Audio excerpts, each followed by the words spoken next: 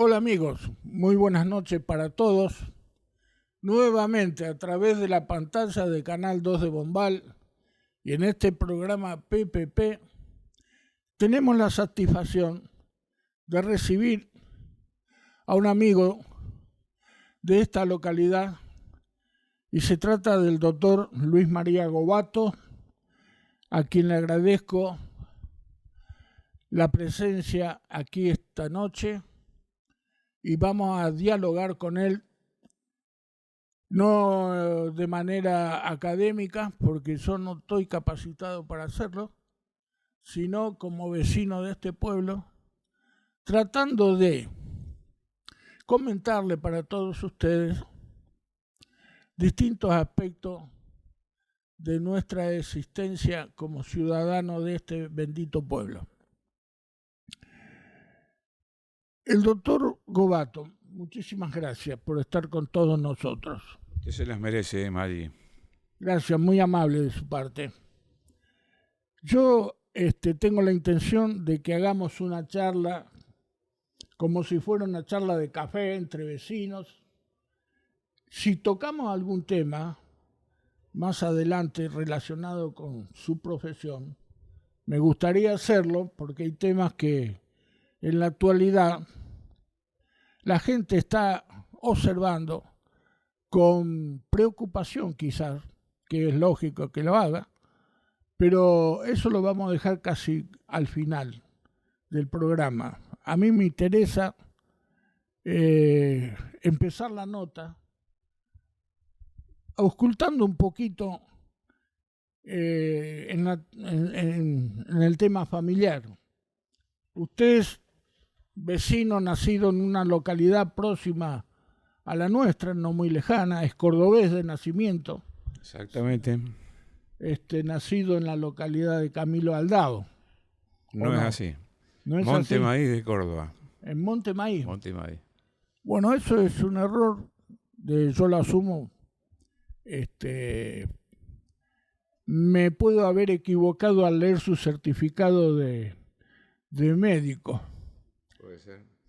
Yo lo tengo que corroborar porque desde ya pido perdón, creí que el Tampoco señor... yo era nativo, sí, fui nativo de Monte Maíz, pero mi pueblo donde vivimos hasta los 6 años, era Bismar, Colonia Bismar, que estaba más o menos a 30 kilómetros por camino de tierra de Monte Maíz. Así que el parto en ese pueblo tan chiquito no se hacía y lo tuve que ir a hacer allá a Monte Maíz. Bueno, eso es una historia, ¿ves? Yo siempre lo tuve como nacido en Camilo Aldao, pero no importa, el lugar de nacimiento, cordobés. Bueno, eso está bien situado ahí. Pero soy mucho más santafesino porque a los 6 años se vino papá a Rosario. Él tenía un negocio de ramos generales en Bismar, donde se vendía de todo, inclusive nafta, maderas, materiales de aluminio, de todo. Y por supuesto almacén. Almacén de ramos generales. Ramos generales, exacto. Vendió todo, vino a trabajar a Rosario de viajante de comercio y nosotros de ahí vivimos en Rosario. Y muchos más años allá. ¿Por qué barrio de Rosario vivía más o menos? El Parque Independencia. El Parque Independencia. Se imaginará qué cuadro soy, ¿no? Por supuesto, usted es leproso. Claro. ¿Está relacionado con la medicina o la lepra? Claro, con el nombre de la enfermedad. Usted sabe, me imagino que debe saber de dónde viene el término leproso para Newell. Tengo una idea que no la tengo claro, preferiría que lo diga usted. Diga su versión y yo voy a ver si acopio. Creo que había un clásico con Central, ¿no? ¿Puede ser? Y creo que Central no se presentó.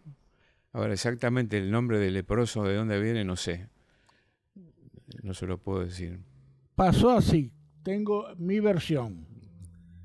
Resulta que en aquellos tiempos la lepra era una enfermedad, no digo muy común, pero había muchos afectados por esa enfermedad. Y se había hecho un partido a beneficio entre Rosario Central y Newell's Old Boys. Entonces Newell's Old Boys sí cumplió con la cláusula Lo que no sé si lo jugaron el partido o no, pero creo que no, porque Rosario Central, como usted dice, no se presentó, y de ahí le viene el mote de los canallas a Central y de la lepra a Newell's Old Boys. Ahí creo que he entendido ese, el inicio. Sí, nuestra casa estaba a 4 cuadras de Pellegrini, y la cancha Newell estaba entre Pellegrini y Cochabamba, ya en el Parque Independencia, ¿no? Sí, sí. Así que éramos asiduos concurrentes con mi hermano y mi papá a los partidos de local los domingos. Así que yo fui mucho a la cancha cuando era más chico, ¿no? En los tiempos de Musumeci. Musumeci, el gato. Musumeci y Colmán, el comisario Colmán. Colmán y Soria era, ¿no? Creo que sí. Después venía Lombardo, era el número 4. Y Pesi. Lombardo, Faina y Poisegur. Poisegur, el 6. Porque era otra composición de... Claro. Contini, el wing derecho. Contini, sí, los delanteros no me acuerdo mucho. Como yo he sido Benavides era el centro forward, que era una bestia de habilidoso. Pero sacaron jugadores en los tiempos de Pontoni, Martino también era. ¿Quién otro después vino? Bueno, eso fue después. Belén. Bueno, vinieron muchos. Manito Sanabria.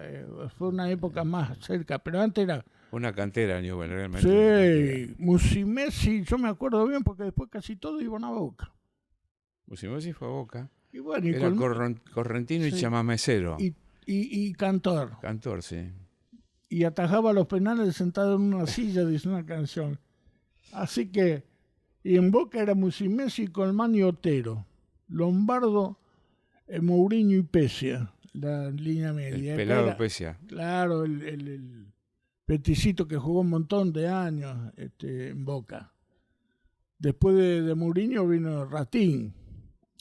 Pero acá era Musumeci, Colmán y el Fulvay Soria. Lombardo, Faina, Lombardo, Faina y Puigsegur acá. Puigsegur en Newell. Sí. Sí, tiene razón. Sí, eso me acuerdo bien. Creo, no diría que hasta lo he visto jugar. Iba a ver algunos clásicos, he ido del Central y Newell's Old Boys. Bueno, así empezamos a comentar en el programa de hoy. Usted entonces hizo la escuela primaria en Rosario. La hice en Rosario. El primer año, bueno, no había jardín en esa época, usted se acordará, tampoco tuvo jardín. No, no yo había, no. No había. No, primero, inferior, superior. Exactamente. Hice el primer año en la escuela Florencio Varela, que estaba cerquita del Museo de Artes Naturales, ahí en la esquina de Oroño con... Castañino. Castañino, exacto. Y después fui a la que está en la calle Lagos, y ahora no me acuerdo el nombre. Bueno, ya me va a venir. Pero hice todo el resto del primario en la Juan Arseno. Una escuela muy buena. Tenía talleres de carpintería, de herrería, porque una de las materias eran los trabajos prácticos, y se hacían aprendíamos muchísimas cosas. Sí, por supuesto. En carpintería, por ejemplo, usted aprendía a hacer... Le daban a hacer esos palitos para revolver la polenta. Claro. Por uno de los que me acuerdo. Se hacían herramientas de jardín. A veces se compraba Tenían una fragua que era preciosa, me acuerdo cómo trabajaba la fragua con el viento, ¿no? Exacto. Y se ponían rojos los metales, una cosa maravillosa. Se usaba el carbón de piedra. Claro. El que usaban para la fragua era un carbón que se ponía incandescente y se volvía a usar otra vez hasta que se gastaba definitivamente. Y la fragua, lógicamente, era para el molinillo, para que produzca el viento, para que eso esté siempre vivo. Y después del asunto de que terminó la escuela primaria. Después hice el secundario en el Nacional 1, allá cerca del río. Estaba en Ayacucho, Chacabuco, no me acuerdo exactamente el nombre, y 9 de Julio. Una escuela muy linda, muy moderna, con una construcción de primera calidad. que dicen que se hizo en el durante el siglo XIX, durante la presidencia Sarmiento, que hizo varias escuelas, entre ellas la Nacional 1. Y ahí hice los 5 años, después pasé a estudiar medicina. Ahí está. ¿Usted tuvo algún antecedente en la familia que lo llevó a ser médico, lo inclinó por esa especialidad? Yo tenía dos tíos médicos, uno varón y una mujer. Y yo creo que usted tiene razón, que yo me inspiré un poquito en eso. No porque los admirara, sino porque me gustaba lo que hacían, ¿no? Pero los dos eran hermanos de papá, la mujer y el hombre. Y Hugo, que sería el hermano, se radicó en Corral de Busto, que está cerquita del otro pueblo que usted nombró antes, que era Sí, de Camilo Aldao. de Camilo al lado. Yo estuve 1 año en Camilo al lado, por eso tal vez usted se confunde. En un periplo de lugares, antes de venir acá, estuve 1 año en Camilo, no me fue muy bien y buscamos horizontes y caímos acá. Sí. Como es la historia de cada familia. Claro. Bueno, entonces usted estudia ahí medicina en la UNRL. En ese entonces, no, era la del litoral. Dijo, tiene razón.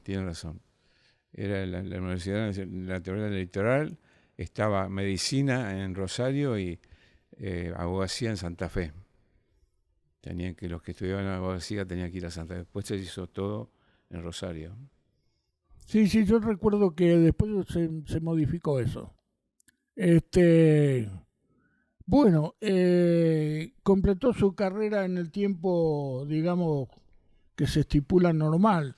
Yo creo que años, sí, porque ¿sí? yo hice la colimba y durante la colimba rendí una materia, por lo cual no me atrasé tanto. Y después, yo creo que lo hice en 7 años la carrera. Y sí. Más o menos. Normalmente son 5 o 6. Son 6 años de cursar y luego se rinden otros. ¿Y la colimba esa que usted dice, dónde la hizo? Morón, la Morón. 7ª Brigada Aérea. Aérea de Morón. Exacto. Y colimba sabe lo que significa, por supuesto. Corre, limpia y barre. Bueno, ahí habrá aprendido a hacer eso. ¿Usted también hizo la colimba? Por supuesto. Yo soy artillero. ¿Y a dónde la hizo? Lo hice en Córdoba, en la escuela de artillería Teniente General Eduardo Lonardi. Lonardi. De La Calera. Que lo destronó a Perón. Lo destronó, lo desplazó, porque Perón era presidente, no tenía ningún trono. Claro, no llegó a rey, pero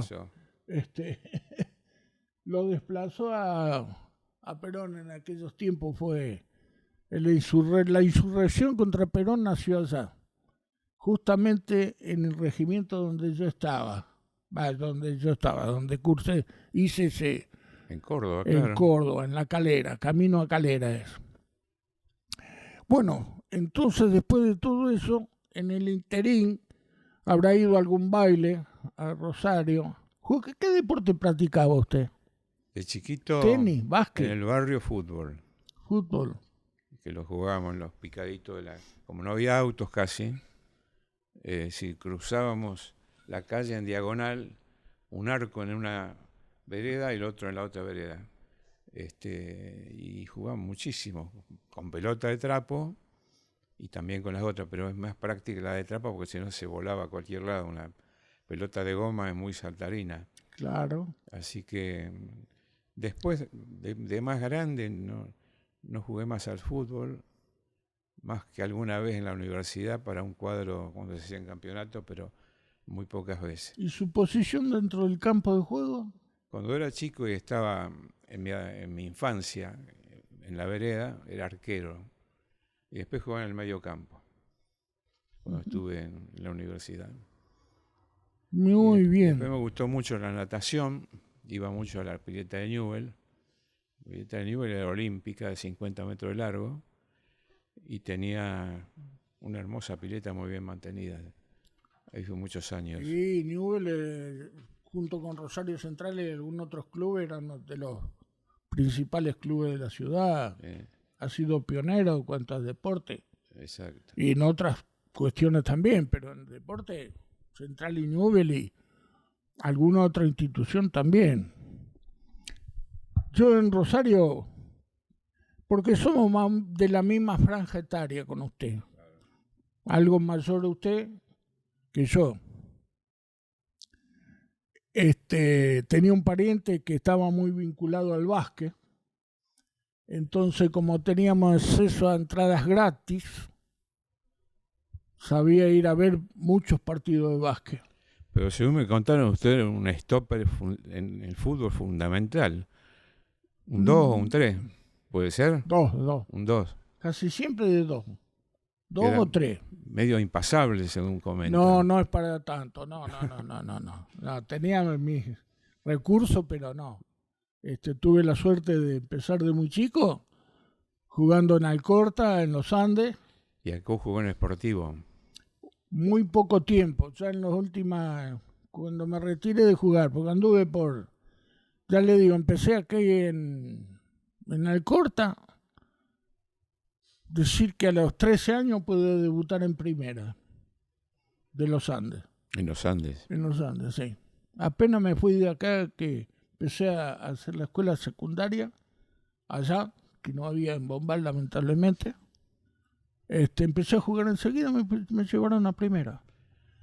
Y después, por esas cosas del destino, cuando me fui a Córdoba, que fui con otras intenciones, fui a trabajar, fui a estudiar ingeniería electromecánica, que a mí me gustaba esa parte de los chispazos. Y yo tenía un tío que trabajaba en calzado muy fino, guante. Estaban en... Zapatos muy caros.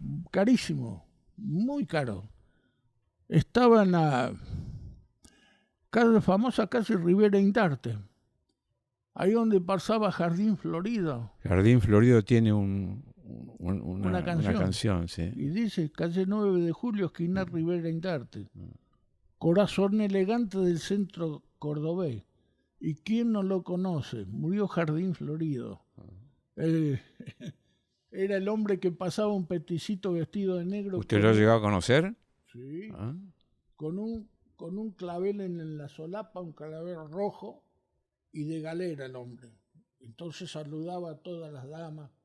La canción misma lo describe, de todo lo que hacía.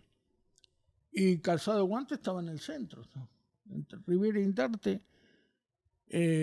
No me acuerdo ahora, pero me acuerdo de los nombres que había al lado. Estaba Gatti Chávez, Etam, Vértice Musical, que era la radio de una de las universidades, yo creo que LB1 o LB2, estaban ahí en el centro de Córdoba, estaba la crema de la crema ahí, en el medio. Y de ahí de Lonardi, de Córdoba. Sí, Lonardi, sí.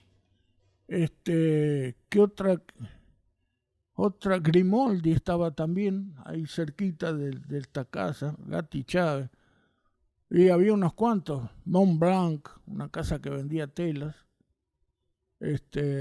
Y ahí lo conocía Jardín La marca Florido. del medio punto, ¿se acuerda? Grimoldi era la marca del medio punto. El zapato que me andaba a mí era, porque yo calzo 43 y medio realmente. Y entonces el 43 era malo y el 44 completo era muy, claro, muy suelto. Y estaba el 43 y medio. De Grimoldi, le medían los pies le ponían el pie arriba de un marcador, claro, así que tenía móvil. Entonces llegaba con dos hasta tops, uno atrás y otro adelante. Le daba la punta del pie en la marca. Usted lleva el 9 y medio o el 8 y medio. Bueno, Guante tenía otro sistema, tenía una tarjeta que cuando usted vendía un zapato, ¿quién era el cliente? Vamos a suponer Luis María Gobato. ¿Lo compró alguna vez aquí en Guante? Sí, muy bien. Vamos al registro, Gobato, casillero tal. Usted iba allá. Personalizado. Sabía qué zapato le calzaba justo para usted que no tuviera problema. Y ahí decía si había cambiado alguna vez de horma, si era calzado con capellada o no, o si era directo, con costura, se le decía arriba. Bueno, después le decía el color, porque si era R1 era negro. después la altura del taco, todo ahí. Usted tenía la ficha, sabía que ese zapato ya lo había comprado 1 o 2 veces, le calzaba perfectamente, entonces no tenía problema en venderla. Le daba eso y, este sí que me anda bien, ¿eh? Justo. Justo. Y bueno, cada uno en su tema. Ujú. Bueno, con todo esto que estamos comentando y hablando de la vida de ambos casi, usted habrá conocido en alguna oportunidad a su señora esposa bailando, me imagino, en ¿Cómo algún no? baile, generalmente. Era un baile de un fin de curso que se había hecho en un club universitario que estaba en la calle cerca de la terminal. Y ese fue el lugar donde nos pusimos de novio. ¿Ha visto? Por distintos motivos se cruzaron los destinos y luego terminaron una conjunción familiar. Gobato con Di Gregorio, De o Gregorio. de De Gregorio. Gregorio. Marisa de Gregorio. Y bueno, así es la vida, cada uno se mezcla con otro y Y se hacen las familias. se hacen las familias. Yo en Rosario, ya le digo, cuando esta gente iba a ver bastante el básquet, también iba a las milongas. Y sabía ir al Tala, a Ciclón, a Horizonte, a Rosario Estudiantil, a Náutico Esportivo Avellaneda. Tala estaba en San Lorenzo, ¿no? Acá de San Lorenzo. Por ahí, yo no me acuerdo bien, pero me acuerdo de los nombres mucho porque sabía ir. Tenía mucho buen básquet el Tala. Pero Esportivo Constitución también, Esportivo América, Rosario Eso, Central eran todos Mío, clubes de barrio. Náutico Esportivo Avellaneda,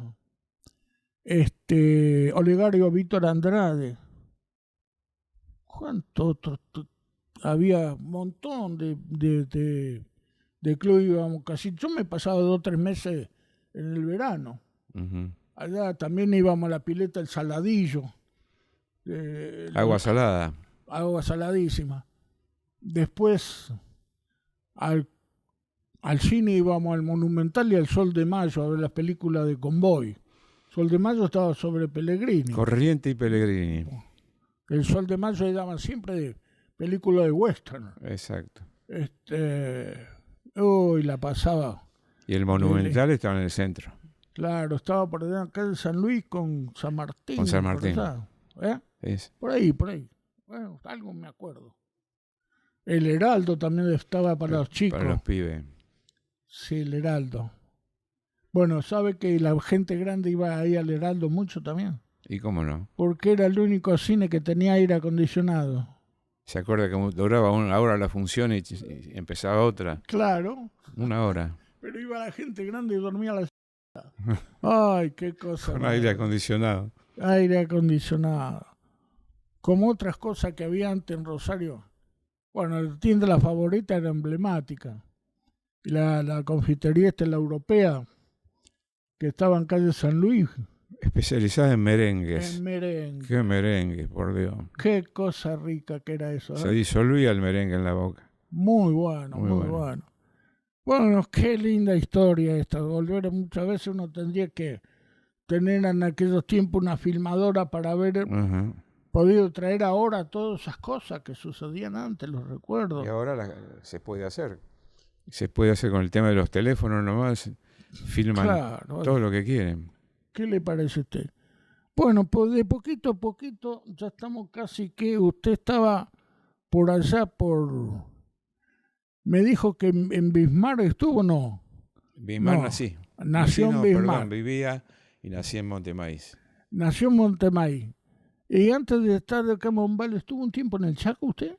Sí, 3 años. 6 años. 3. 3 años. ¿En qué lugar? Pampa del Indio. En Pampa del Indio. Pampa del Indio estaba a 100 kilómetros de Quitilipi hacia el norte y a 100 kilómetros de General San Martín hacia el oeste.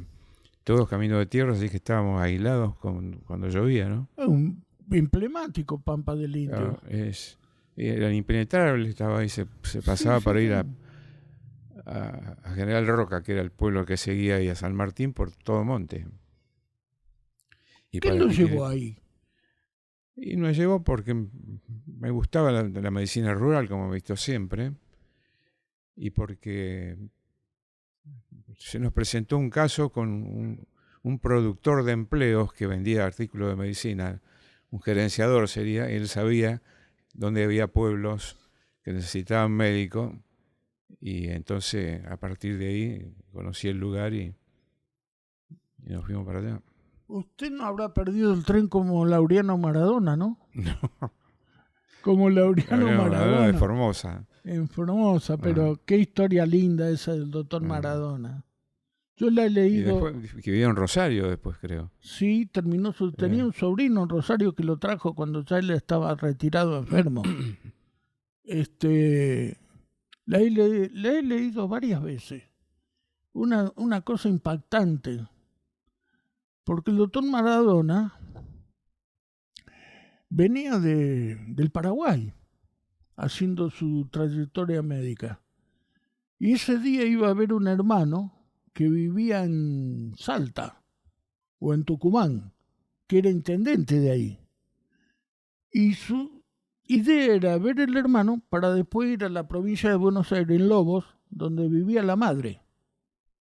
Y después toda esa historia de que el tren, y se fue el tren porque... La idea era ir al sur y se tuvo que quedar ahí porque perdió el tren. Claro, porque había una señora que estaba en gestión de parto y pedían desesperadamente si había un médico en el tren. Claro, se creería que a lo mejor el tren lo iba a esperar o que era una emergencia. Pero fue en Sul que empezó a contar, cuando se cuenta la historia, a dónde lo llevaron por primera vez a atender a esta pobre mujer, que ya hacía no sé cuántas horas que estaba entre la vida y la muerte los dos, porque ya tenía un proceso avanzado del parto muy y no prolongado. Necesitaba la ayuda de un profesional para que eso tuviera un buen fin. Y después el destino quiso que se quedara ahí. Es apasionante la historia del doctor Maradona, es digna que se conozca. Más de uno lo tendría que leer para ver cuál es la vida de la gente, cómo se transforma. Y vivió como 50 años, estuvo ahí, Sí, en mucho. ese lugar. Y con todas las vivencias y las cosas que logró después, porque primero los caciques, los chamanes, no lo querían matar, porque estaban acostumbrados a las fechorías que hacían los caciques y Claro.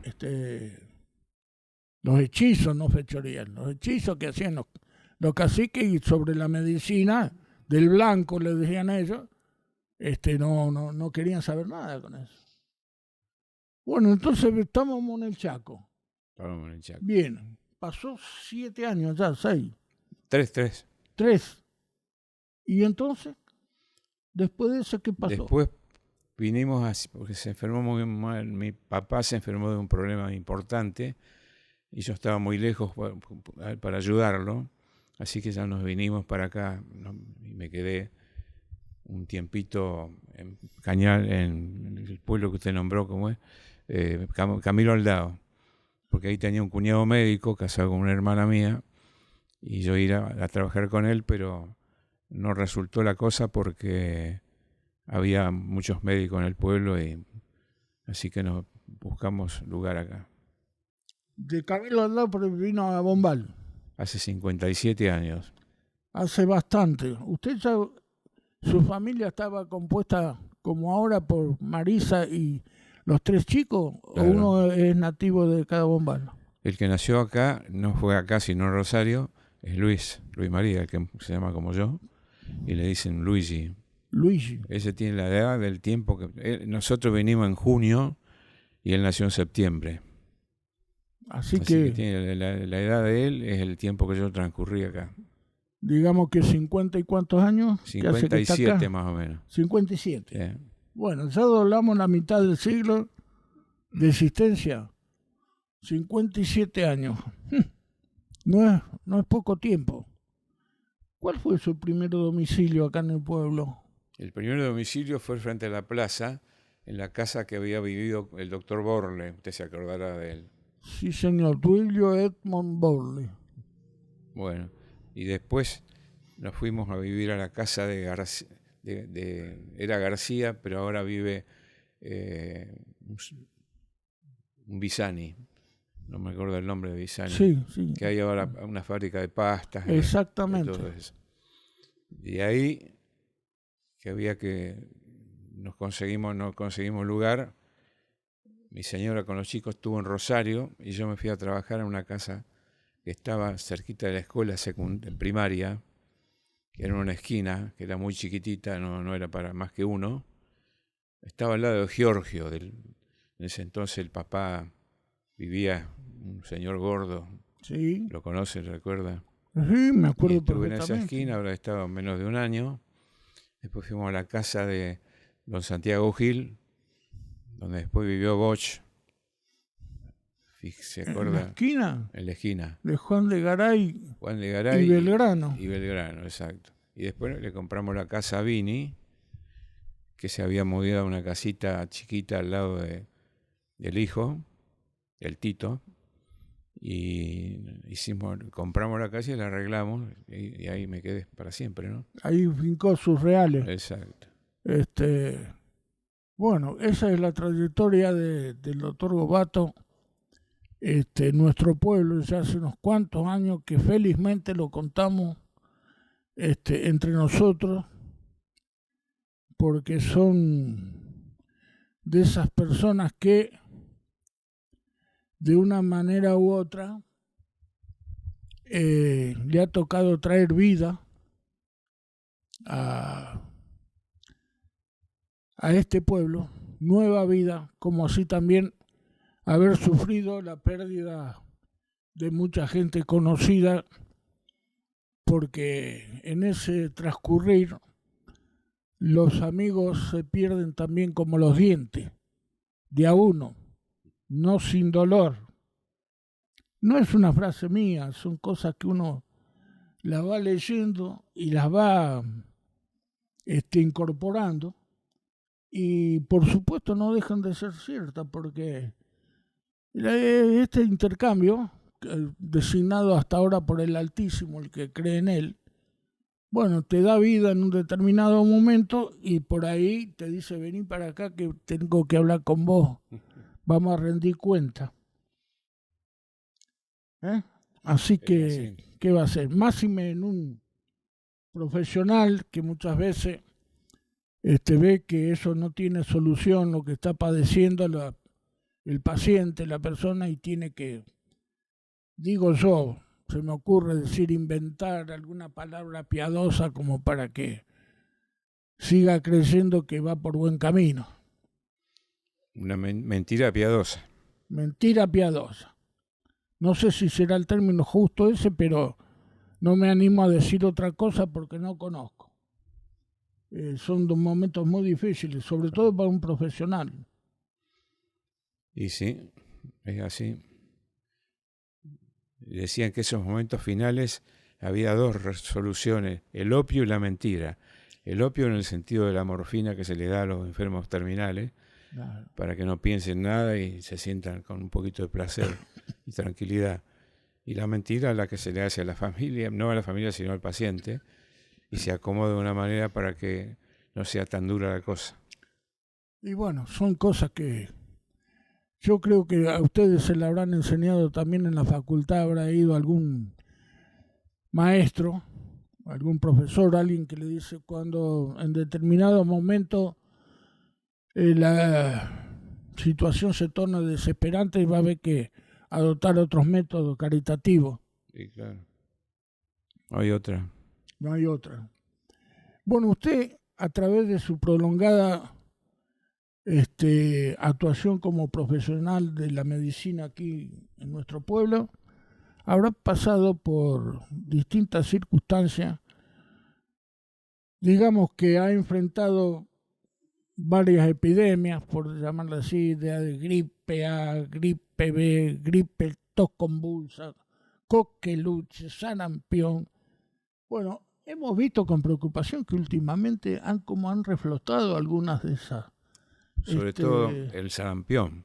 Sarampión hubo casos en Estados Unidos y en Buenos Aires también, acá ninguno que yo sepa, por lo menos no me tocó a mí atenderlo, pero la que siempre, nunca se fue y siempre estuvo, la tuberculosis, que repunta en momentos socialmente difíciles, cuando hay miseria, promiscuidad, hacinamiento, ahí reflota la tuberculosis, ¿no? Pero todas las que nombró prácticamente no existen más. Y hay La muchas que no sé si existen la más, yo había rubiola, la notado varicela, el algunas. sarampión, Claro. todo tiene vacuna. Hay como 20 vacunas. Acá traje el calendario y todos han sido útiles. ¿Y usted las quiere mencionar? Sí, cómo no, es una forma somera. Hay para la hepatitis A, B, C y C, hay para la tuberculosis, que se pone el día del nacimiento, vacuna triple bacteriana, que es para la difteria, tétano y pertussis, que sería la coqueluche. Después está para el meningococo, la meningitis, para las neumonías, a neumococos. Está bien que las neumonías a veces se repiten, pero son por otros gérmenes, porque el pulmón se enferma no solamente por el neumococo, sino por muchos otros. A veces la gente dice, ¿por qué me enfermé si yo ya estoy vacunado? Pero entra a jugar allí otro germen. La poliomielitis, que ya tampoco hay, fue un descubrimiento sensacional. La triple virósica, sarampión, rubiola y varicela. Y más últimamente, la de la gripe, que ya hace varios años que está, y la nuestra, que nunca hay que olvidarse de ella, que es la de la fiebre hemorrágica. Le digo la nuestra porque nuestro pueblo está en lo que se llamaba la zona endémica de la fiebre hemorrágica, y el pueblo colaboró con personas de espíritu amplio y valientes, que fueron los voluntarios. Yo no los voy a nombrar porque no me quiero olvidar de ninguno, pero creo que eran 20. Pero usted debe haber conocido algunos. Mire, en otra oportunidad yo tuve la satisfacción de entrevistarlo, lo habíamos nombrado, yo tengo la lista. Ah, bueno. Pero tengo anotado solamente el titular de la campaña contra el mal del rastrojo, pero me olvidé de traer la lista. Sé que eran 20. Sí, eran 20. Los primeros voluntarios, que no se sabía lo que le iba a pasar. El bracito para ver qué pasaba. Sí, está bien que era una vacuna ya comprobada que no hacía daño, porque lo experimentaron en Estados Unidos, pero de todas formas era nueva. Pero no se sabía en realidad bien los resultados. Había que... No, ha sido muy valiente y le han hecho por eso hay que repetirlo siempre y no olvidarse de ello. Le han hecho un favor a la sociedad nuestra tremenda, porque aprobada la vacuna y comprobada que el riesgo que tenía es decir, la eficacia que tenía casi el 90%, que se ponía a vacunar muchísimo, casi se desapareció la fiebre hemorrágica. Y prácticamente ahora se olvidó, muy poco, yo no recuerdo ningún caso, debe haber habido alguno tal vez, pero fue un éxito total. Y estamos hablando que somos un pueblito de la zona de influencia que comprendía otra zona, ¿no? Vigana, Alcorta, Santa Teresa, Pergamino, Junín, Rojas. Tal es así que le llamaban el virus Junín. El virus Junín, claro. Con esa denominación. Por eso que tenemos que pensar, nunca olvidarnos. Y esta vacuna ahora se coloca todos los meses por todos los que van cumpliendo los 15 años. Es decir, que la edad límite para colocarla son 15 años. Después no se coloca más. Porque estos voluntarios benditos, además de que pusieron el brazo para la vacuna desconocida, todos los años hacían un testeado de anticuerpos, que no sé por cuántos años lo hicieron, para ver realmente si la vacuna necesitaba una segunda dosis. Un refuerzo. Y también demostraron que no fue necesario, y es una vacuna que se hace una sola vez en la vida. Por eso que no tenemos que olvidarnos. Y menos obligar al paladín de la vacuna, que fue el doctor Maistegui. El doctor Maistegui, que no tuvo, Julio pobrecito, la suerte de... se llamaba, ¿no? Julio Argentino Maistegui. Julio, sí, Julio que hizo el Maistegui. recorrido de la zona endémica. Primeramente, me acuerdo que venía en un Falcon 62 y la vacuna se hizo en la década del 90. Así que calcule, era un científico que no olía el dinero, No, trabajaba por la ciencia. Y vino a prepararnos a los médicos que estábamos acá, que en ese momento éramos 3, Sifaldi, Juan y yo, y después lo mismo hizo en Firmá en todos lados, ¿no es cierto? sí, el hombre recorría muchas localidades sí, tratando de difundir Y fíjese ahora. lo que es la vida, ¿no? Cuando se da la noticia de la eficacia de la vacuna, pocos días antes había muerto Maistegui, así que él no pudo saber En definitiva, el resultado final. Exactamente. Qué lástima. Murió en Estados Unidos con un cáncer de vejiga, Oh. pobrecito. Ahora, ¿cómo son? A veces uno parecería que el médico no se va a desaparecer nunca. Porque dice, ¿cómo? Es un ser humano. ¿Y qué? El desarrollo de los organismos no son todos iguales. Es una máquina muy compleja y distinta una de otra, totalmente. Serán parecidas, el mismo modelo, todo, pero uno tiene un color, el otro tiene el otro de pintura, no racial, por supuesto. Y el otro por ahí tiene otro motor, al otro le incorporaron otra calidad de cuero en el tapizado. Son los mismos, todos fenómenos, la misma marca, pero no es igual. No es lo mismo.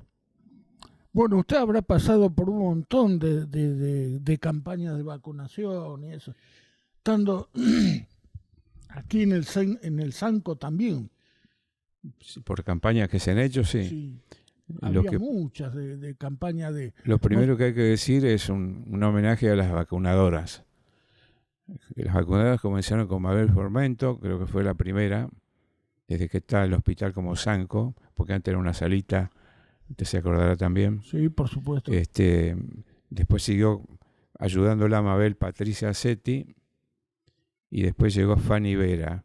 Ahora está Fanny Vera solita, creo, pero los índices de trabajo de las vacunadoras fue fantástico. Creo que llegaban al 100% de la atención de la población. Usted tiene una computadora allí en el hospital donde está cada persona y sabe qué vacunas tiene, cuándo le toca el refuerzo, y ellas se encargan de hacerles acordar cuando no vienen. Por eso que hay que reconocerlo y hablar muy bien de estas chicas. Yo le digo que no tengo computadora, pero me acuerdo de la vacuna que me pusieron. Y fue el que está con el fentanilo ahora, el que trajo el Sputnik. Ah. Me tocó a mí, no sé si voy a aprender ruso algún día, pero me parece que sí. Voy a ver cuando tenga que conseguir el refuerzo. No sé qué resultado dará ese Sputnik, espero que bueno, porque si no... Lo visto hasta ahora, usted no tuvo COVID. Gracias a Dios, no. No sé si eso uno está todavía, no estamos exentos de que puede tener COVID. Y sigue habiendo COVID. Sigue habiendo. De una manera muy tonta, muy solapada, muy... Ahora viene una nueva, a ver si lo encuentro por acá, una nueva cepa.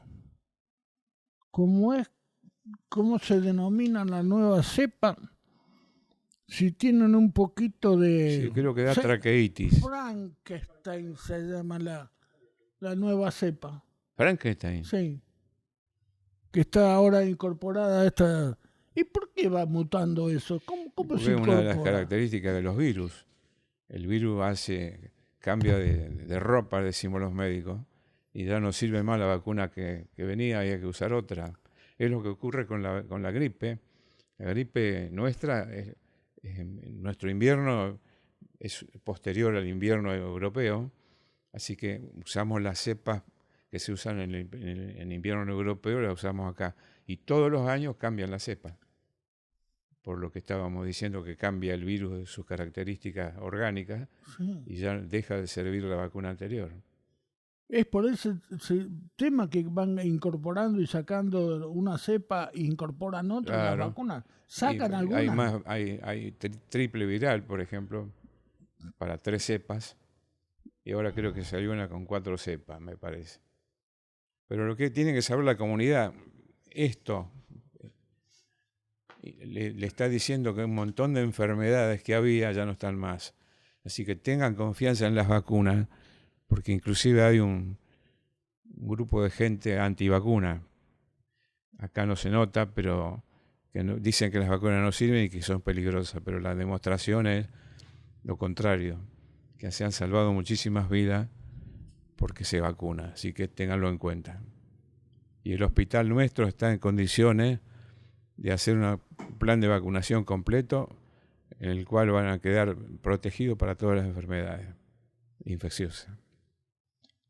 En buena hora que estemos cubiertos con algo, porque estamos bastante desamparados en algunos aspectos. Las campañas a veces son preventivas. Claro. Acá también hubo unas cuantas campañas preventivas a través del SANCO y otras instituciones. Sí, bueno, fundamentalmente por las vacunas de todo esto. Estos se hicieron primero campañas para dar notoriedad a la vacuna y después ya vienen directamente a vacunarse, ¿no? Pero la campaña más grande fue la de la fiebre hemorrágica, que fue la trabajada en parte en el pueblo y en parte en toda la zona endémica. Pero después sí hubo para tuberculosis, no se hace más ahora porque no hay, o hay muy poca en este lugar, no hay nadie casi. En el norte hubo algunos brotes, en Jujuy, por ahí. Sí, pero esos son funciones sanitarias que son buenas, sirven para que la gente se entiendan muchas cosas que son muy útiles. Durante su, digamos, extensa campaña acá como profesional de la salud de Bombal, ¿cuáles son las enfermedades más recurrentes que usted ha tenido que tratar acá en nuestra comunidad? ¿Son del sistema nervioso? ¿Son las coronarias, diabetes, hipertensión, Bueno, ha ido hepatitis? cambiando el perfil. En épocas que hablemos, diríamos, 20 años atrás, las enfermedades relacionadas con la presión arterial alta eran mucho más comunes, sobre todo los ACV, los accidentes encefálicos hemorrágicos e isquémicos. ¿Por qué? Porque se demostró que la presión alta es la que más lastima la arteria cuando se da con niveles de colesterol altos, ¿no es cierto? Y más otros riesgos, el cigarrillo, la obesidad, la diabetes. Se empezó a trabajar mucho preventivamente en todas esas enfermedades y entonces se mejoró muchísimo la incidencia de las enfermedades cerebrales producidas por la presión arterial alta. Eso fue una notoria diferenciación que desde 20 años a esta parte, que fue para mejor. Y después las enfermedades comunes son las de invierno, que todos los años se repiten, que son las virales, la gripe a veces, que fue la que se recuerda mucho a la gente, la gripe A, y esta última gripe también que fue el COVID. Y después las enfermedades, las infecciones urinarias, las diarreas en verano, y las enfermedades, las neumonías en invierno, que más o menos va repitiéndose de una manera metódica, ¿no? Según la época del año. ¿Y la franja etaria que más ha sufrido ese tipo de padecimiento? ¿Qué son los niños, son los adultos, son los mayores? Bueno, otra que tuvo una mejoría notable es la enfermedad coronaria, por lo que hablamos antes de estar al aire, el uso de los bypass, de los stent, de la disminución de la presión, de la gente que se cuida, come menos, adelgaza. Comer sin sal, ¿afecta mucho eso? Comer sin sal, claro. Y después también la ejercitación deportiva o salir a correr, salir a caminar, que eso ha mejorado mucho los episodios de corazón. El consumo de alcohol, ¿qué incidencia tiene sobre este tipo de cuestiones? El consumo de alcohol con relación a la presión, dice usted. A la patología que pueda desarrollar el individuo. La patología es fundamentalmente hepática, del sistema nervioso central, y también cardíaca cuando es muy exagerada la cantidad de... Pero en los ACV también tiene que ver eso.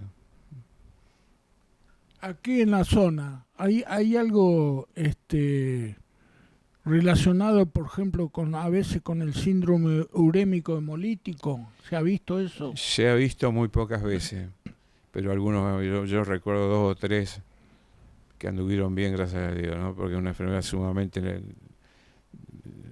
mala, sobre todo en los niños, y se refiere al consumo de carne no muy bien cocinada y contaminada por una Escherichia cólica de la cepa H47, que es la que hace complicación renal, sube la urea y provoca mortalidad en un índice bastante alto.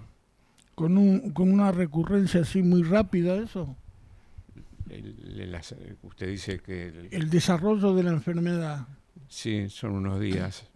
pocos Tiene que días. hacer una intoxicación debido a la toxina que tiene y luego hacer los daños que conversamos antes.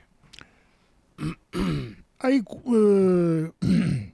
un médico así generalista, no sé, perdóneme si no lo ubico bien, como usted es médico generalista clínico, Médico generalista, sí. médico En generalista. general se refiere al clínico. Sí.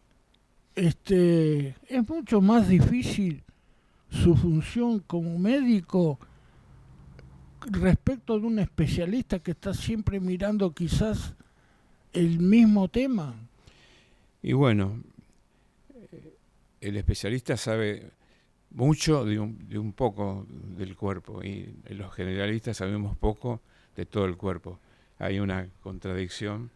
Por supuesto que ahora el trabajo especializado es mucho más grande y es mucho más efectivo que antes cuando uno hacía de todo, ¿no? Porque nosotros en su momento éramos ginecólogos, pediatras, traumatólogos, parteros, clínicos.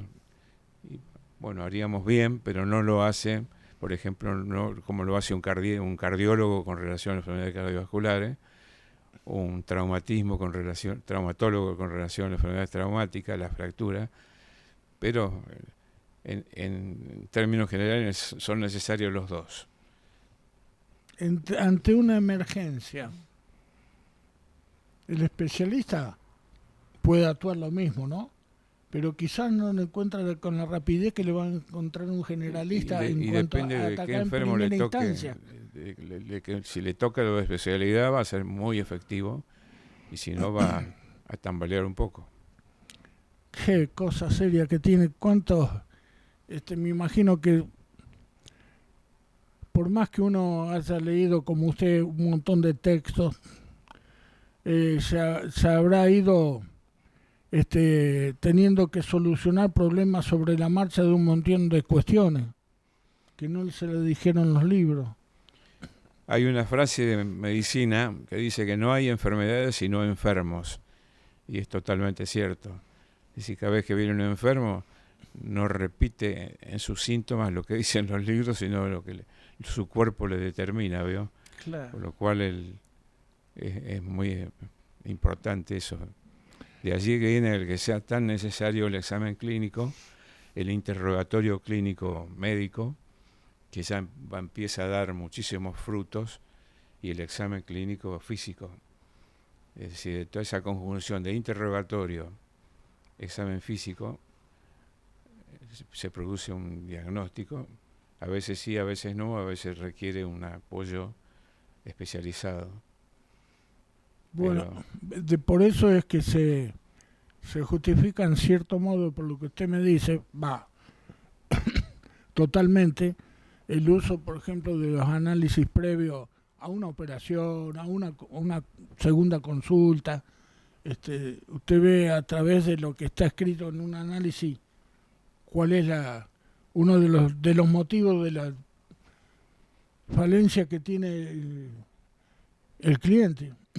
Claro, hay dos cosas fundamentales en la medicina general de un pueblo como este, asistido por un laboratorio, en este caso ya tenemos acá 2 laboratorios, y por un buen equipo radiográfico como también tenemos ahora, y un buen radiólogo, Fernando, si se despejan la mayor cantidad de diagnósticos posibles, porque hay una gran cantidad de análisis de laboratorio que pueden cumplir los mismos doctores que están acá, ¿no? Tanto Juan como Pereira.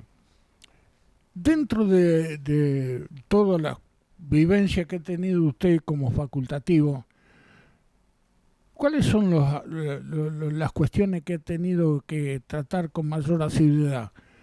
Por ejemplo, accidentes viales, laborales, caseros o comunes. Yo creo que los laborales son los más frecuentes. Los más frecuentes Sí. dentro de la gama de Sí, acá tenemos una fábrica que sabe proveer bastante de accidentes laborales. Una no, también están otras más chicas. Sí, hay ¿no? varias. Yo me refería a la más grande, pero todas tienen posibilidad que por medio de las máquinas que usan puedan accidentarse, ¿no es cierto? Claro, Y distintos después tipos los de accidentes en los máquinas. niños son comunes también, ¿no? Con los que cuando se cae en el deporte también produce algo. Así, son cosas que ya nosotros los médicos generales no vemos, sino que ven directamente los especialistas. Por ejemplo, un traumatismo en un deportista o una fractura van siempre a un traumatólogo. Es decir, en ese sentido hemos tenido mucho merma de trabajo. Claro. Van directamente a ver qué pasó con el hueso. Claro. Van como que dicen al hueso. Exacto. Ahí se dice, sale atrás la frase esa.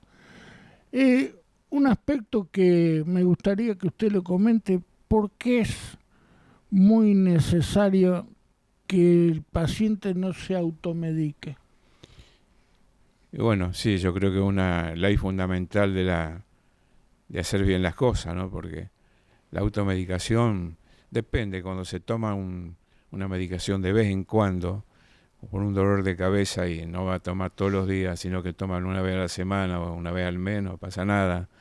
El problema es automedicarse en los antibióticos, que pueden originar resistencias a los antibióticos, las enfermedades infecciosas, y si no, el uso indiscriminado de analgésicos y sobre todo de psicofármacos. Los psicofármacos son consumidos bastante por mucha gente que no desconoce la posibilidad de tener consecuencias y lo usan, tanto para dormir, van aumentando la dosis y resulta que terminan con complicaciones importantes en el resto del día. Pero desde que está Internet y se utilizan estos teléfonos, ha mermado bastante eso, porque la gente se informa mucho por medio del teléfono cuando tiene alguna cosa. Inclusive vienen y consultan, cuando consultan ellos dicen, según vi en Google, esto que yo tengo puede ser tal cosa, y bueno, es inevitable que lo hagan. Bueno, existen muchos medicamentos de venta libre también. Claro. ¿Y eso quién lo dispone? ¿El ANMAT?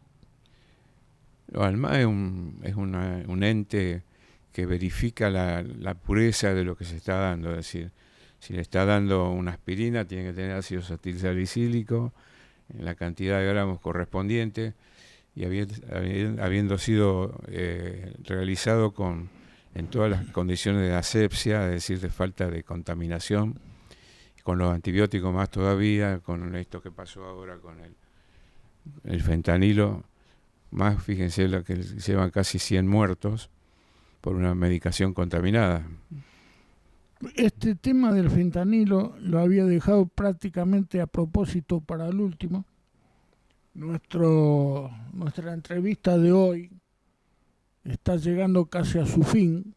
Espero que no sea la última vez que tengamos la oportunidad de intercambiar palabras respecto a la salud o a cualquier otro tema que a usted se le ocurra, porque siempre es bueno mantener una entrevista con un vecino, por así llamarlo, de nuestro pueblo, quitándole toda la aureola que puede tener un profesional. Como amigo se lo digo, Sí, como sí. vecino. Y yo lo entiendo perfectamente.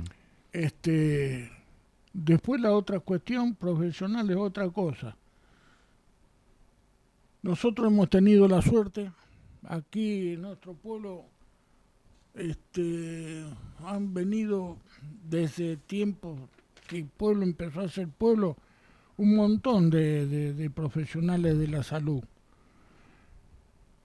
No voy a nombrar a los farmacéuticos, sino a algunos de los médicos que habitaron nuestro pueblo. Uno de los primeros fue el doctor Luis Bonfiglio, otro Alejandro Vidal Murgiondo, Luisa Pene, Roque Segura, Roberto Ariel, Antonio Bolía, Juan Sánchez Villa, Duilio Edmond Borli, por supuesto Eduardo Godino. Bueno, también está en estos momentos Juan Cifaldi, Fernando Fraquich, el doctor Severino, que no me acuerdo el nombre, Robiso, por supuesto. Nos honra con su Horacio presencia Juan. usted. Horacio Juan. Horacio Juan. Horacio Juan también. Y hay otra chica, Erika Vergara. Hay el chico de Gastín, me parece que también es médico. Está en Rosario. Está en Rosario. La esposa de Gastín. Ahí, felizmente. Estos son algunos de los que han habitado. No se olvide de Gustavo Raful. Gustavo Raful. Es un gran clínico de Rosario. Sí, sí. Tiene mucho prestigio. Hay mucho, a lo mejor nos olvidamos algunos. Eso es lo que pasa cuando Liop uno... también, muchacho de Liop, un también. radiólogo especialista en imágenes, también muy, muy prestigiado. Y los que somos de Bombal somos famosos en muchos lados. Nada más que no tenemos a veces la trascendencia que tienen otros. Bueno, algún día habrá que reactivar el puntaje que nos toca a cada uno. Doctor Bobato, yo he dejado para el último, para que usted me dé la opinión respecto a lo que está haciendo, si quiere contestarme esta pregunta. El actual gobierno de la nación con el hospital Garrahan, por ejemplo, que es un tema político, creo yo. Desgraciadamente no tendría que hacerlo. Económico puede ser, pero es político, creo yo. No sé si me equivoco en mis apreciaciones, pero yo debo manifestar lo que siento. Quizás, no sé, a la distancia uno no la alcanza a comprender, pero en vista de lo que pasó hace pocos días, donde se llevó a cabo una separación de siamesas que eran rosarinas. Hace poquito, hace 2 días atrás. Hace 2 o 3 días atrás. La separación de estas siamesas, no sé si estaban unidas por el abdomen, una pierna o no sé por dónde, pero eran siamesas. Y la operación toda fue un éxito total. Así que eso es una de las tantas muestras que ha dado el Garrahan. ¿Y por qué ahora hay miles? Miles Sí. No sé por qué. Sí, creo que Garrahan es uno de los hospitales de niños más prestigiados de América. Y del mundo quizás. Sí, también del mundo. Sí, sí. Y tiene una cantidad de profesionales impresionante y no son bien valorados con relación a lo que merecen ganar. Y yo creo que ahí tiene razón usted.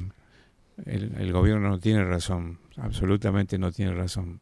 Yo la verdad que no quiero profundizar ni meterme en camisa de 11 varas, pero lo veo como un tema que puede ser solucionable y es una cosa que sí, ellos a todas luces atendible. Parten de la base de que hay mucho personal y que muchísimos ñoquis. Póngale que haya ñoquis, pero que los echen a los ñoquis nada más, porque no hagan una represalia con el resto del personal. Bueno, en muchas instituciones del Estado sobre todo, está palmariamente demostrado de que se ha incorporado una cantidad de personas que no tienen nada que hacer ahí adentro, van a cobrar directamente el sueldo. Estoy de acuerdo con eso que sí. haya una depuración. Una depuración. Le duele a aquel que tiene que padecer la falta de recursos, menos máximo en estos momentos. Pero eso es muy doloroso. Pero debemos admitir también que también es doloroso, nada más que como se reparte en toda la sociedad, la incorporación de un montón de personas que realmente están usufructuando de un lugar que podría ser mejor remunerado para los que están y no ocupando lugares de, a lo mejor hay otra persona capacitada y no lo puede hacer, porque entró una persona en ese lugar que no sabe nada, o ni siquiera va a trabajar, ocurre nomás que a cobrar un pago. Y en ese sentido está bien lo que hacen de depurar lo que no es, lo que no debe ser como médico en ese caso, pero no descuidando el resto de los buenos profesionales, ¿no? Bueno, en otro orden de cosas, ¿cómo ve usted la posición que tuvo la MAT respecto de la última cuestión esta del fentanilo? Creo que Porque usted me ha dicho y- antes, perdón, sí, me ha dicho antes que una entidad que se dedica a vigilar, a vigilar, si la los vigilancia medicamentos tienen los exacto. componentes necesarios. Claro, según lo que escuché, la ANMAT tuvo su falla grande porque no ha controlado como se debe. Decían esta tarde justamente que desde del 2020 a ahora no había habido ninguna, no sé si será verdad, lo estoy repitiendo lo que escuché, ninguna investigación del tipo que decíamos recién sobre la calidad de los productos desde el punto de vista de su pureza y de la eficacia, ¿no es cierto? Y la no contaminación. Pero parece ser que antes que ocurrieran las desgracias, hicieron entre el fin del año pasado, de noviembre y principio de diciembre, una investigación de varios días que terminó con un montón de reservas respecto al personal, recursos humanos sería en ese caso, y a la cadena de producción del fentanilo y de todo lo que producen, que parece ser que no han cumplido como se debe porque no había higiene suficiente y que dicen que podría haber derivado en esto que pasó, ¿no? Porque esto que pasó es una contaminación en el proceso de producción del fentanilo. El fentanilo es un polvo blanco que sería el origen de la droga, que no tiene, que es sintética, es un invento, y llega a tener la eficacia de combatir el dolor 100 veces mejor que la morfina. Superior a la morfina. Superior a la morfina. Es potentísimo. Es muchísimo, porque la morfina era imbatible como para esos momentos finales. Este inmenso dolor. Para los heridos de guerra, por ejemplo, usted lo habrá visto mucho en las películas, como le ponían ellos directamente la morfina. Y bueno,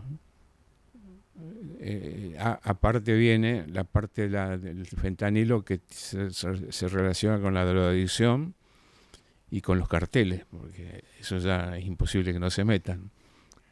Bueno, ahí está uno de los grandes problemas en la investigación que se hace. Se va demorando, lo que quieren que nos enteremos. La misma producción periodística va lanzando algunos dardos a la población porque ni ellos saben bien cuáles son tantas las ramas de conexión que tienen con el mundo se dice droga, no sé qué mundo será ese, pero que juegan grandes intereses internacionales. Y Estados Unidos tiene un tremendo problema. Ahí está el presidente Trump enloquecido contra Colombia, por ejemplo, para que no le produzcan fentanilo porque se va todo para allá. Y el año pasado el antiguo estaba de moda la efedrina, que otro precursor químico. ¿Qué es un precursor químico? El precursor químico sería el producto que luego crea un medicamento de origen químico. Es decir, por ejemplo, en una aspirina el precursor químico es el ácido salicílico. Y de ahí se originan muchos productos porque puede estar solo o combinado con otras cosas, pero el precursor químico es uno solo, ¿no es cierto? Bueno, para eso hay que entenderlo bien, hay que saber. Porque si a lo no mejor uno... no lo expliqué bien, pero... No, usted lo explica perfectamente, no quise decir eso. Uno una persona común como nosotros, leemos el prospecto. Bueno, dice que tiene ácido salicílico, tiene la otra citratilamina, no sé qué, tiene benzoaína, no sé cuánto, tiene tantos gramos de cada una, sí, el balance para que generalmente dé una dosis adecuada para el consumo humano. Pero, ¿qué sabe uno de todo eso? Y no sé, cuando se mezclan los intereses de tal dinero de por medio, ahí se enrarece todo. Con la efedrina había pasado un caso muy especial hace como 8 o 10 años atrás, que el mercado farmacéutico necesitaba a lo mejor 200 gramos de efedrina para hacer una producción para todo un año, y se importaban 20 toneladas. 5.000 kilos, 20.000 kilos.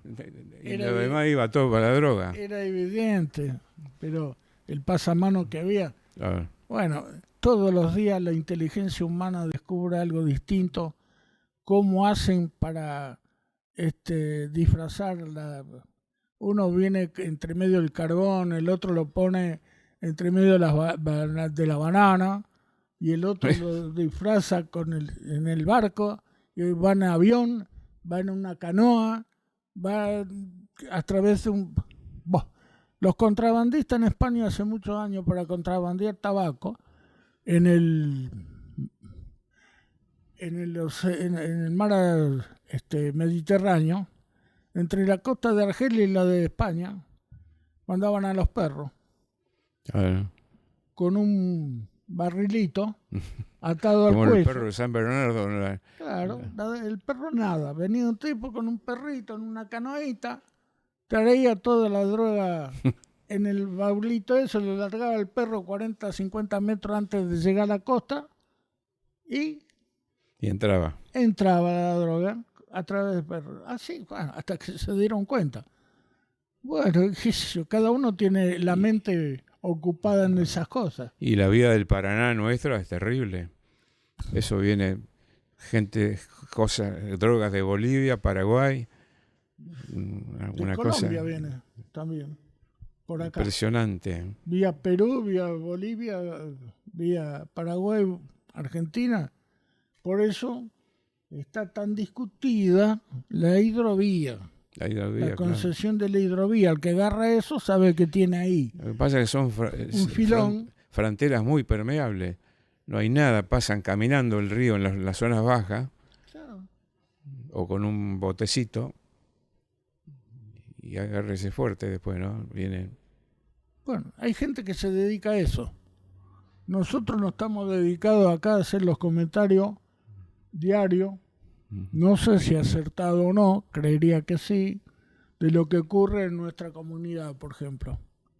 Es decir, gracias a Dios, si hay algún consumo de esa sustancia, que puede haber. Puede haber. Sí, claro. Pero es de baja recurrencia, creo, hasta ahora. No creo que sea de grande, pero por algo se empieza. Sí, acá hay seguramente marihuana. Comentan que esos porros... ¿Es una de las más livianitas? Sí, bueno. ¿O no?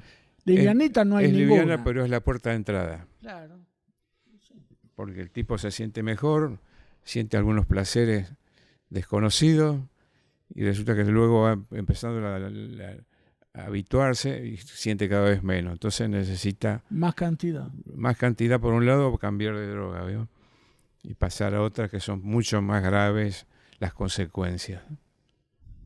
Es un tema que para que se ocupen, porque si no va mal, ¿eh? Mire, hay temas espinosos, no que a uno no le falta valentía para tratarlos, pero hay que andar con pie de plomo en eso, porque después uno se puede ganar hasta alguna acción legal en contra. Siempre desea, cuando se mencionan estas cosas, se desea que no ocurran, que no pasen. Trata de que no le pase a uno sin darse cuenta que esté metido en algún lío de eso. y menos que una persona, a lo mejor hay una persona conocida, un amigo que se descarrió, se equivocó una noche de verano, una noche de invierno, lo que sea, pero por ahí tomó el camino que no era el correcto.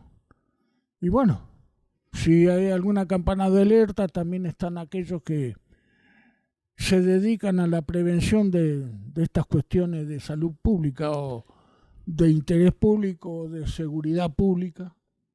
Seguramente. Tendrán que estar más alerta. Doctor, ¿usted quiere tratar algún otro tema en esta oportunidad o lo dejamos para otra charla posterior? Cuando usted quiera. Bueno, yo le voy a decir lo siguiente. Siempre he tenido una satisfacción especial cuando hago una entrevista con usted. Bueno. Que son varias, si no me equivoco. Pero siempre he tenido la enorme satisfacción de poder tener un rato de intercambio con usted. Siempre nos ha enriquecido con su palabra y con sus conocimientos. En esta oportunidad lo quise molestar, cosa que ya le agradezco su presencia, su molestia, para habernos dedicado a ustedes su tiempo. Y espero que no sea la última entrevista, podemos hablar en cualquier momento de algún otro tema. Cuando usted quiera. Y cuando usted quiera hacer uso de estos micrófonos para transmitir algo, que tenga la inquietud. Ya usted no está retirado de la actividad. No, yo voy a la mañana todos los días al hospital. Bueno, ha visto que todavía está en el gremio nuestro. Ahora el 7 de septiembre están los jubilados haciendo una comidita. También tenemos un permitido ahí para que... Le agradezco mucho, Maggi. No, al contrario. Y le vuelvo a decir, si quiere, el libro de Oriana Falaschi está a su disposición. Se lo voy a agradecer. De una buena periodista. La conozco, yo le dije que le había leído algunos temas de le va a gustar. Yo lo voy a buscar y se lo voy a llevar a su casa. Una italiana. Lo voy a consultar y desde ya le agradezco su atención.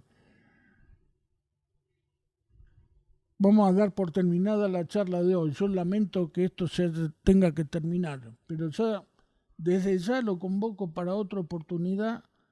Le vamos a buscar el motivo y la fecha para volver a tener una charla. Total, usted, como yo, estamos más o menos en la misma categoría. Somos más o menos de la misma edad. Tenemos casi los mismos gustos. Yo soy de Boca Juniors, por ejemplo, los mismos gustos futbolísticos no, pero vivimos en el mismo pueblo. Me ha tratado como paciente muchísimas veces. Nunca me olvido de su papá. Y yo tampoco. ¿En qué sentido no se olvida usted? Porque era muy simpático, muy especial. La verdad que era un hombre especial.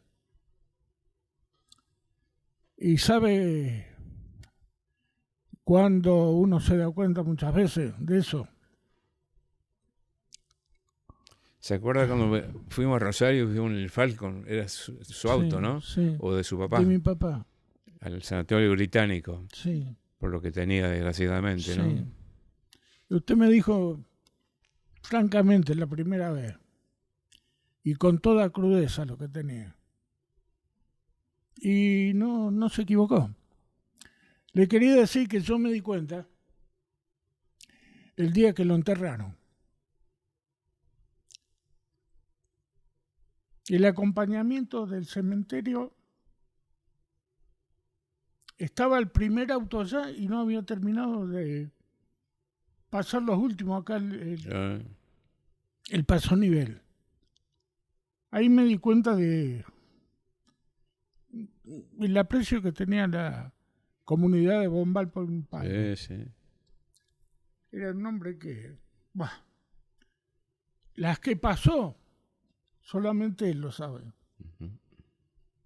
Y cuando pudo estar bien de gozar la vida, a los 53 años, 50, qué joven. Dios le dijo, vení para acá. que te necesito. Posiblemente lo llevó para hacer un asado. ¿Cuántos años tenía el Piti cuando falleció su papá? ¿Quién? Es su hermanito. 12. 12 años, era un pibe, sí. Sí. Me acuerdo. 12, sí. Ya le digo, posiblemente lo haya ido a hacer porque necesitaba quien haga un churrasco, que es lo que más le gustaba a él. En fin, entre otras cosas, le gustaba vivir. Cuando tuvo la oportunidad de vivir la vida, se terminó. Se terminó, ¿De sí. acuerdo? ¿Qué va a ser? Son Cosas que pasan. Cosas que pasan Le en la vida, ha ¿no? pasado a mucha gente le ha pasado. Pero, ¿qué va a hacer? Lo Estaba hice dotada. emocionar, Maggi. No, mire. ¿Cuánto hace que de esto que estamos hablando? 50 y cuántos años ya. Yo, que estoy acá. No, de mi padre. Porque ¿cuánto hace que murió? 53 Claro. años. Bueno, murió en el 71. Así que calcule que son 54 años. Claro. Me parece ayer a mí. Ayer, no hace 50. Ayer. No se olvida más eso. Como todo el mundo. Así que, ¿qué quiere que le diga? Son cosas que ocurren. Uno ha tenido la suerte de vivir más años que eso. Hay muchos familiares nuestros que han desaparecido tempranísimo, pero de 30 años, de 40 años, de 50. ¿Y sí? Uno tiene la suerte de estar un poco más arriba. Bueno, en cualquier momento se baja la persiana. Así Lo que es. pasa es que había sido muy fumador su papá, ¿no? Sí, Claro. sí, siempre. No, pero había tenido otras cosas. Tuvo un problema con una descarga eléctrica de joven. Ajá. Y eso, aunque no se vea, daña interiormente la descarga eléctrica, produce ruptura de vasos sanguíneos Y internos. hace un recorrido Sí, para salir por otro lado. es lógico. En Rosario, trabajando en la municipalidad de Rosario. Lamentablemente tuvo una descarga eléctrica que aparentemente no le había hecho nada. No la había hecho aparentemente. Y bueno, de ahí se inició todo ese proceso. De mi papá. Sí, aparte fumador. Digo, bueno, ¿qué va a hacer? Habrá contribuido. Doctor Gobato, he tenido la inmensa satisfacción de haber estado reunido con usted esta noche. Muchísimas gracias. Lo mismo le digo yo, le agradezco mucho a los dos y será otra oportunidad para conversar. No faltará oportunidad. Nosotros lo que perseguimos siempre es tratar de traer algo nuevo en cada programa que hacemos. No sé si lo hacemos bien, regular o mal, pero por algo se empieza. El que nunca se equivoca es porque nunca hace nada. Esto es clarito como el agua. Así que tratamos de disfrutar de estas instalaciones que nos brinda la biblioteca. Y si Dios quiere, el próximo miércoles estaremos con otra entrevista a través de la pantalla de Canal 2 de Bombal, aquí en este programa PPP. Y si Dios quiere, con otro nuevo invitado. Y me queda nada más que agradecerle la atención prestada en el día de hoy. Hasta el miércoles que viene.